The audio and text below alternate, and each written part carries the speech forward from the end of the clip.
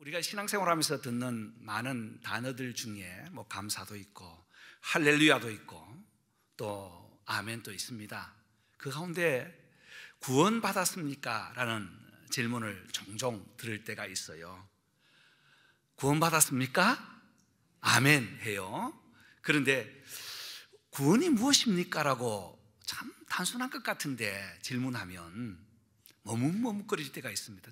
구원이 무엇이더라? 생각할 때가 있습니다. 공동체로 물을 때는 아멘 하는데 개인적으로 신앙 고백을 하면서 구원받았습니까? 라면 또 주저할 때도 없지 않아 있어요. 왜 그런가 하면 구원이 그 정도로 중요합니다. 그래서 구원이라는 부분은 우리가 마치 죽었던 생명을 다시 살려준 그 용어, 그 상태를 구원이라 하거든요. 어떤 사람이 배에서 낚시를 하다가 그만 물에 빠져버렸어요. 근데 그분은 수영을 잘못합니다. 허적거리다가 겨우겨우 완전히 막 물속에 빠져 있다가 건짐받았어요. 이 건짐받았다는 것을 가지고 구원이라고 합니다. 그런데 건짐받았음에도 불구하고 생명은 건졌지만 아직도 의식불명이에요. 왔다 갔다 해요. 그래서 병원에 입원해서 회복 중에 지금 계속적으로 회복 중에 있어요. 그래도 그것을 가지고 구원받았다고 합니다. 회복 다 되어서 돌아왔어요. 돌아왔는데 사회생활을 하고 가정에서 이제 생활을 합니다. 행복한 생활을 해요. 그때 그의 입에서 나오는 고백이 내가 죽었다가 살았다고 하잖아요. 그것도 역시 구원이라고 해요. 구약 성경에서는 구원이라는 말을 건짐 또는 몸값을 지불하고 도로 찼다라는 단어로 사용되었습니다. 제수와 같은 경우, 또 가을이라는 말을 써서 내 값을 지불하고 샀다. 그래서 우리 주님이 우리를 핏값으로 사셨잖아요. 그래서 우리는 예수님의 이름으로 구원받았습니다 라고 고백합니다. 또 신약에서는 병이나 위험, 죽음에서 건짐을 받다라는 그런 의미로도 사용이 됩니다. 여러분, 다시 한번 여러분에게 묻습니다. 여러분 구원 받으셨습니까? 아멘. 물에서 막 건짐받은 것도 구원이고요, 지금 건짐받고 나서 병원에 있어서 회복 중에 있는 것도 구원이고, 그리고 다 회복되어서 사회생활을 하면서 내가 죽었다가 살아났다고 고백하는 자체가 구원이라는 사실입니다. 우리는 구원하면 영원히 천국 가서 주님 앞에 섰을 때 구원, 하나님 앞에 섰을 때 구원받았다 이렇게 표현하는데, 과거나 현재나 미래의 모든 것을 통틀어서 구원이라고 합니다. 그래서 구원은 우리의 신앙의 확신이며 우리 하나님께서 주시는 믿음의 증표입니다. 그래서 구원의 확신을 가지고 믿음 생활하는 저와 여러분 되시기를 바랍니다. 오늘 우리는 예수님께서 유월절 두 번째 유월절을 만나면서 5장 1절 보면 유대인의 명절이 가까운지라 라는 말씀으로 시작해서 유월절을 지내시기 위해서 예수님이 예루살렘으로 가시다가 일어난 일입니다. 5장 2절 이하에 보면 베데스다라는 못에서 38년 된 환자를 고치시고 나서 구원에 대한 말씀을, 구원의 확신을 주시기 위해서 오늘 이 말씀을 하셨다는 거예요. 24절부터 마지막까지 보면 29절까지는 갑자기 예수님께서 환자를 고치고 난 이후에, 38년 된 환자를 고치고 난 이후에 내 말을 듣고 나 보내시는 믿는 자는 영생을 얻었고 라고 전혀 환자의 고침받음과 다른 말씀을 하시면서 한 이슈를 드러내는데, 그 내용 전체를 정리해 보면 구원의 확신이라는 것입니다. 여러분, 믿음 생활에 중요한 부분 다 중요하지만 그 중에서 구원의 확신을 가지고 믿음 생활을 하는 사람과 그냥 어정쩡하게 교회만 왔다 갔다 하는 사람은 확실히 다릅니다. 믿음의 질도 다르고요, 생각하는 것도 다르고 방향을 가는 것도 달라요. 그래서 구원의 확신을 가진 사람은 믿음 생활이 내 감정이나 내 상황에 의해서 흔들리지 않고 주님을 목표로 해서 바라보고 가기 때문에 흔들림 없는 든든한 믿음 생활을 할 수 있다는 것입니다. 그렇다면 오늘 구원이 무엇인가라는 말씀을 오늘 본문을 통해서 다시 한번 정리해 보고자 합니다. 구원은 예수님을 믿는 순간 우리의 영적 신분이 변화되고 바뀌는 것을 가지고 구원이라고 합니다. 전에는 우리가 죄의 종이었어요. 아담과 하와 이후에 모든 인간은 죄인입니다. 물론 지금도 죄인이지만, 그러나 죄인이지만 예수를 믿는 순간 우리는 죄에서 의로 옮겼다고 합니다.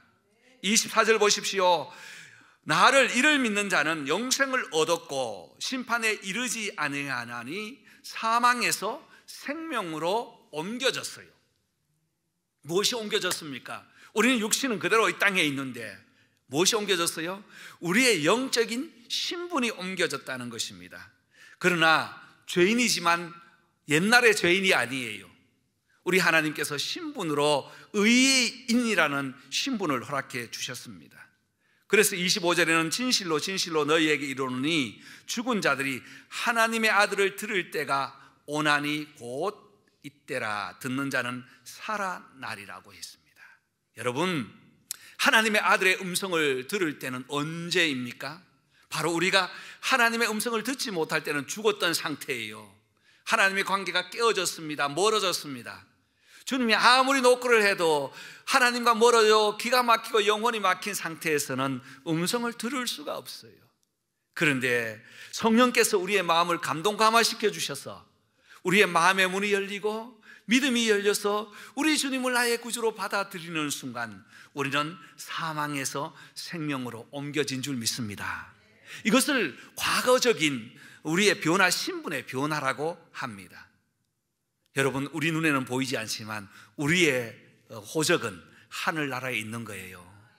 옛날에 과거에 있었던 그 모든 호적은 다 지워지고 이제 예수 믿는 그 순간에 우리는 하나님의 아들의 음성을 듣고 변화되어서 천국의 귀한 은혜의 자리에 있게 된 줄 믿습니다. 오늘 24절과 25절 보면 그런 내용이 중복되어서 영생을 얻었고 생명으로 옮겨졌고 죽은 자들이 살아났다는 것은 모두가 구원받았다는 말입니다. 요한이 요한복음을 기록할 때에 지난주에 말씀드린 것처럼 예수님의 태어난 배경이나 이런 건 전혀 기록되지 않았어요. 마태복음처럼 누가 누구를 낳고도 없습니다. 누가복음처럼 그의 어머니의 족보까지 거슬러 올라가지고 기록하지도 않았어요. 요한은 예수님이 하신 일, 예수님이 무엇 때문에 이 땅에 오셔서 인자, 하나님의 아들이신데 이 땅에 인간의 옷을 입고 오셔서 죽으셨는가 하는 내용에 집중했습니다. 그래서 요한복음을 기록하다가 저 뒤에 가서 20장 31절 말씀에 내가 이것을 기록함은 두 가지 목적이 있다고 했어요. 하나는 예수께서 하나님의 아들이심을 믿게 하고 라고 했습니다. 말씀을 통해서 우리는 믿음이 생겨요. 믿음을 통해서 구원의 확신을 갖게 됩니다. 그래서 성경은 하나님 아들 예수를 믿게 하는 유일한 책이 바로 성경입니다. 또 하나는 너희로 믿고 힘입어 생명을 얻게 하려 함이라. 믿음뿐 아니라 거기서 생명을 얻게 한다. 무엇입니까? 구원을 얻게 하는 책이 유일하게 이 세상에 수많은 책들, 많은 도서관에 있는 책들 중에서 오직 한 권이 있다면 하나님의 말씀인 성경인 줄 믿습니다. 성경을 믿음으로 구원해 주시기 위하여 이 땅에 오신 예수 그리스도의 은혜를 다시 한번 고백합니다. 예수님의 은혜 구원은요, 창세기 3장부터 시작되었습니다. 아담과 하와가 하나님의 말씀에 불순종하여 에덴에서 쫓겨났을 때에 하나님의 형상이 완전히 깨어졌습니다. 단절되었던 그 하나님의 형상이 사망에 이르렀지만 예수 그리스도의 이 땅에 오심과 죽으심으로 인하여서 우리를 위하여 대속해 주신, 대신 값으로 지불해 주신 그 은혜로 우리는 하나님의 관계가 회복되었습니다. 그래서 스스로는 하나님 앞에 나아갈 수 없지만 예수님의 은혜로 나가게 되었어요. 그래서 아담은 나뭇잎으로 옷을 만들었지만 하나님께서는 가죽옷을 지어 입혀 주셨습니다. 창세기 3장 21절입니다. 여러분, 여기에서 사망에서 생명으로 옮겨졌다는 것은 장소적인 옮김이 아니라 신분의 변화, 반응인 것입니다. 신분의 변화인 것입니다. 유명한 신학자 가운데 토저라는 신학자가 있습니다. 영성신학의 많은 책들을 기록했습니다. 여러분도 아마 이분의 책들은 하나님의 음성을 듣는 법부터 시작해서 많이 읽었을 거예요. 이분은 구원에 대한 책을 저술을 하다가 구원이 무엇인가? 라고 물었을 때에 구원은 하나님과의 관계가 회복되는 것입니다 라고 정의했습니다. 여러분, 구원 받으셨습니까? 아멘. 그렇다면 우리는 하나님과의 관계가 회복되어서 하나님의 음성을 듣고 하나님께 나아갈 수 있으며 하나님과 관계가 회복되어 그 은혜로 살아갈 수 있게 되었다는 것입니다. 이 하나님과의 관계의 회복은 하나님 편에서 볼 때는 정복당한 하나님의 주권에 우리가 돌입하는 것이고 행위에서가 아니라 반응이라고 했습니다. 여러분, 우리의 행위로 구원받는 것 아니에요. 어떤 단체 또는 어떤 교단, 교회, 좀 더 구체적으로 말하면 천주교회는 행위 구원이죠? 그렇습니다. 믿음과 행위가 함께 결부되어야 구원받는다고 해요. 그래서 사회 봉사를 많이 합니다. 그러나 구원은 그런 차원이 아니에요. 그래서 구원이라는 말에는 항상 믿음이라는 것이 붙어 있다는 사실입니다. 사랑하는 성도 여러분, 저와 여러분도 예수 믿는 그 순간 우리는 이미 구원받으신 줄 믿으시기를 바랍니다. 하나님과의 관계가 회복된 줄 믿습니다. 아멘이시죠? 네, 그렇습니다. 그렇다면 두 번째 구원은 26절과 27절에는 아버지께서 자기 속에 생명이 있음 같이 아들에게도 생명을 주어 그 속에 있게 하시고 27절 또 인자됨으로 말미암아 심판하는 권한을 주셨느니라 라고 27절에 말씀했어요. 무슨 말씀인가 하면 구원받은 자는 자녀의 권세가 주어졌다는 것입니다. 예수님께서 하나님의 아들이세요. 하나님이세요. 그런데 신분상 하나님의 아들이라고 신분상 고백을 합니다. 모든 신분은 동등해요. 그런데 하나님이시만 아들이심을 고백하고 인자됨으로 인간의 옷을 입고 오셨다고 했습니다.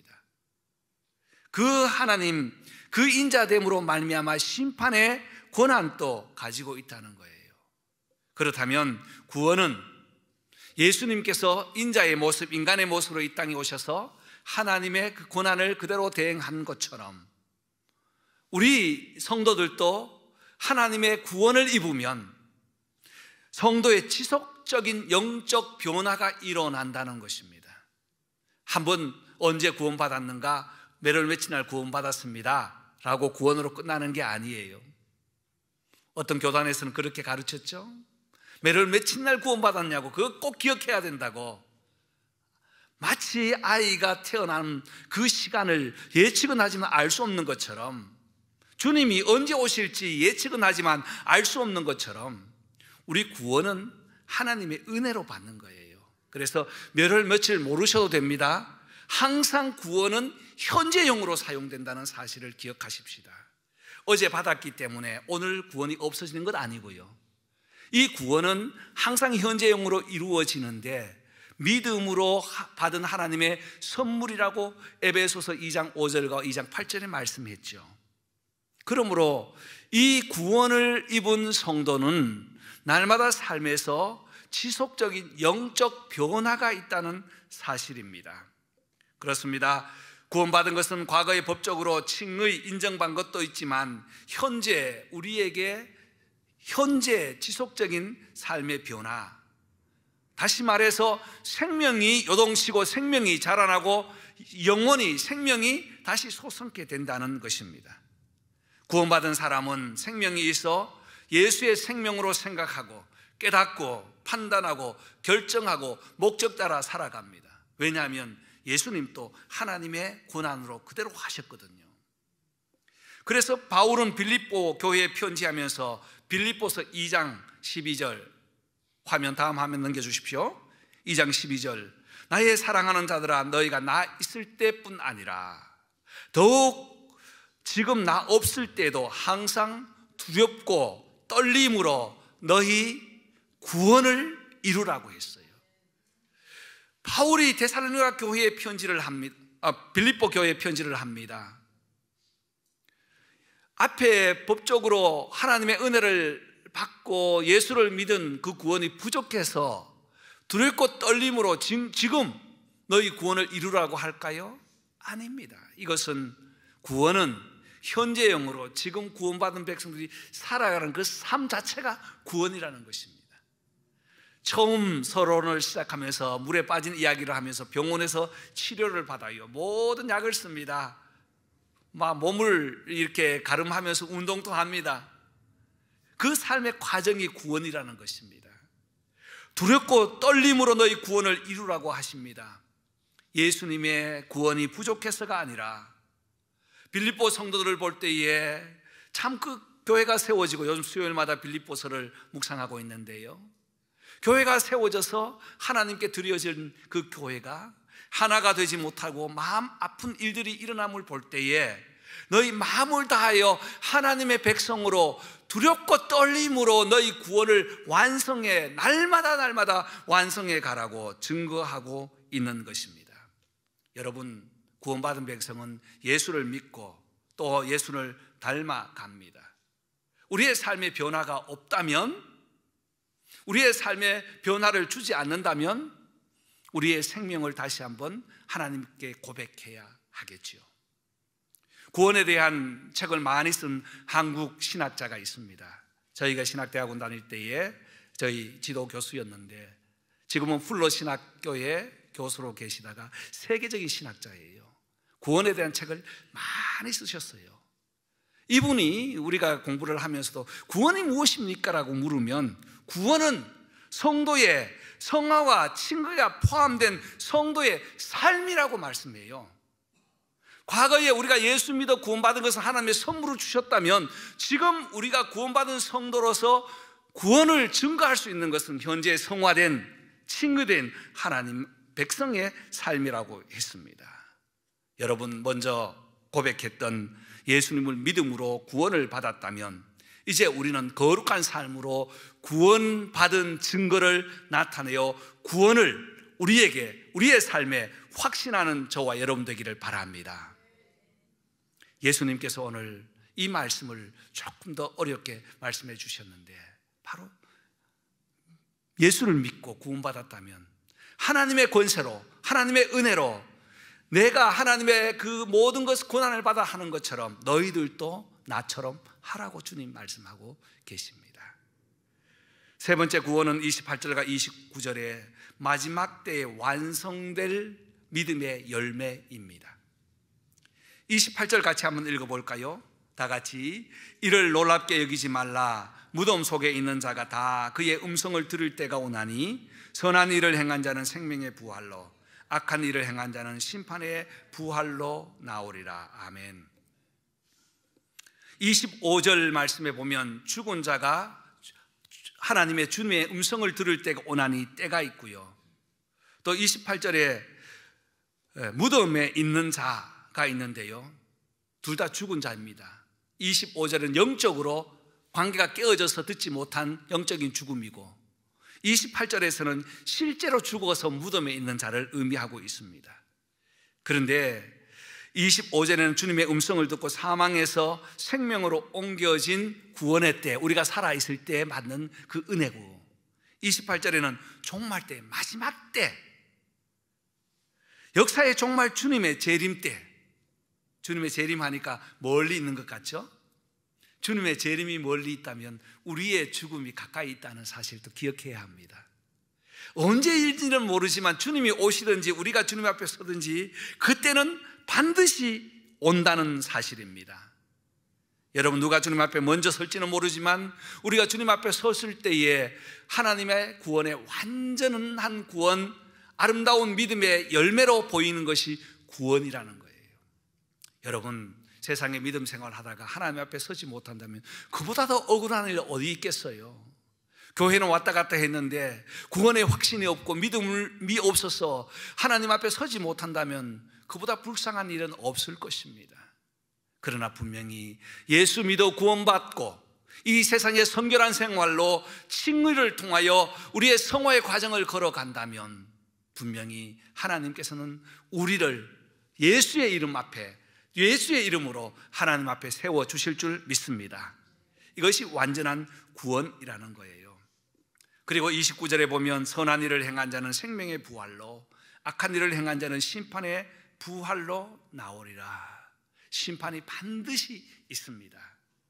천국이 있다면 지옥도 있고요, 상급이 있다면 심판도 있다는 거예요. 그래서 바울은 데살로니가 교회에 편지하면서 이 내용을 조금 더 구체적으로 이렇게 고백합니다. 데살로니가전서 4장 16절, 주께서 호령과 천사장의 소리와 하나님의 나팔 소리로 친히 하늘로 강림하시니 그리스도 안에서 죽은 자들이 먼저 일어나고 그 위에 살아남아 있는 자들도 그들과 함께 구름 속으로 끌려 공중에서 주를 영접하게 하시리니 그리하여 우리가 항상 주와 함께 있으리라. 할렐루야, 아멘. 믿음의 확신은 우리가 주와 함께 반드시 있다는 사실을 고백하는 것입니다. 사랑하는 성도 여러분, 저와 여러분이 구원의 확신을 가지고 믿음 생활하기를 원합니다.